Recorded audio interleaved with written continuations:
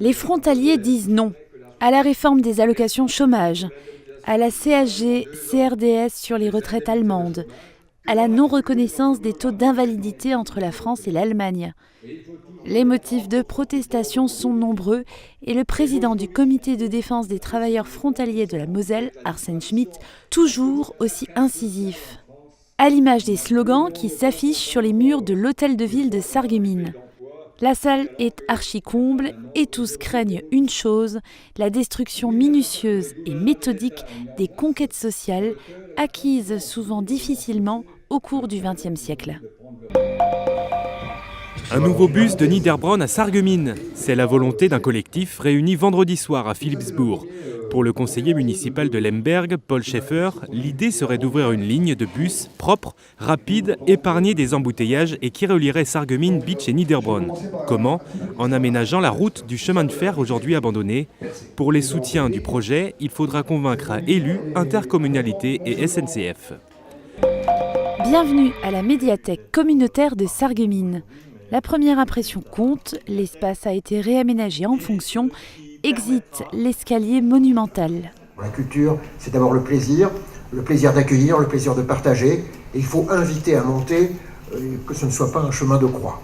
Les 270 mètres carrés de hall sont plus lumineux et mieux protégés du froid.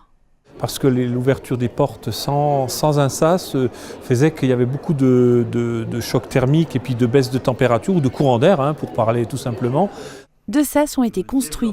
Désormais, l'isolation thermique est bonne. Le public pourra s'installer dans le hall pour bouquiner ou surfer sur Internet grâce à la connexion Wi-Fi. Un tel réaménagement, après seulement 11 années de fonctionnement, peut surprendre. Tout cela a fait des vagues.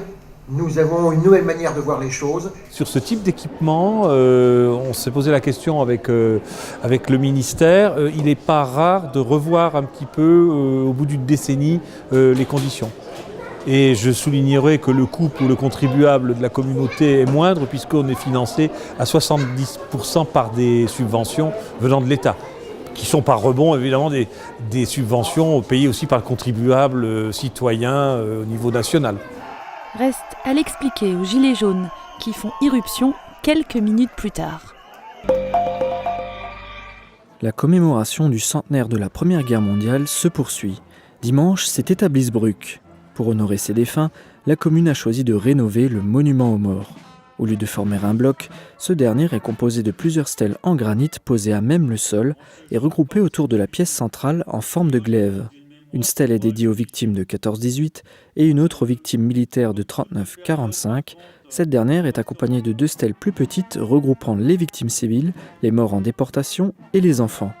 Beaucoup étaient présents pour participer à cette commémoration et inauguration, dont le maire et les élus locaux, le sous-préfet de Sarreguemines, les pompiers, les anciens combattants, sans oublier les enfants de l'école élémentaire.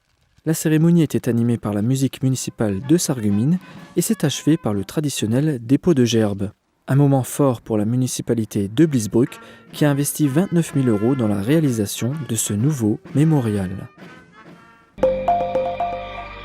La médaille d'honneur régionale, départementale et communale récompense le professionnalisme et le dévouement d'un élu local ou d'un agent de la fonction publique au service de sa collectivité. Samedi, Christian Lafourcade, maire de Hautevillers, s'est vu récompensé du premier échelon de la médaille d'honneur, une médaille en argent qui correspond à 20 ans de services accomplis. D'abord engagé dans le conseil municipal puis élu successivement maire en 2001, 2008 et 2014, Christian Lafourcade occupe également le poste de vice-président de la communauté de communes du Pays de Bitche en charge de l'assainissement et de la protection de l'environnement.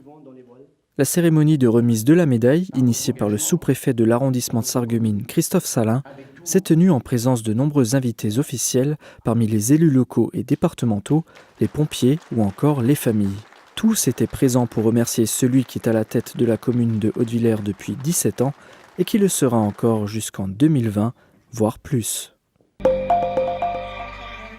Lutter contre les violences sexuelles avec un film Les Chatouilles. À Sarreguemines, l'occasion de se mobiliser. L'association Stop aux violences sexuelles, Lorraine, organise ce dimanche soir au Cinéma Forum une projection débat en présence de juristes, de thérapeutes et de spécialistes. D'abord mettre des mots sur des actes, exhibitions, attouchements, viols, pédophilie. Ensuite, informer sur les procédures judiciaires et les prises en charge des victimes. En cas de violence sexuelle, pas de main courante, obligatoirement une plainte. La salle de cinéma est bondée, le film vient de sortir et des livres consacrés à ce sujet ont été commandés par la médiathèque communautaire de Sarreguemines.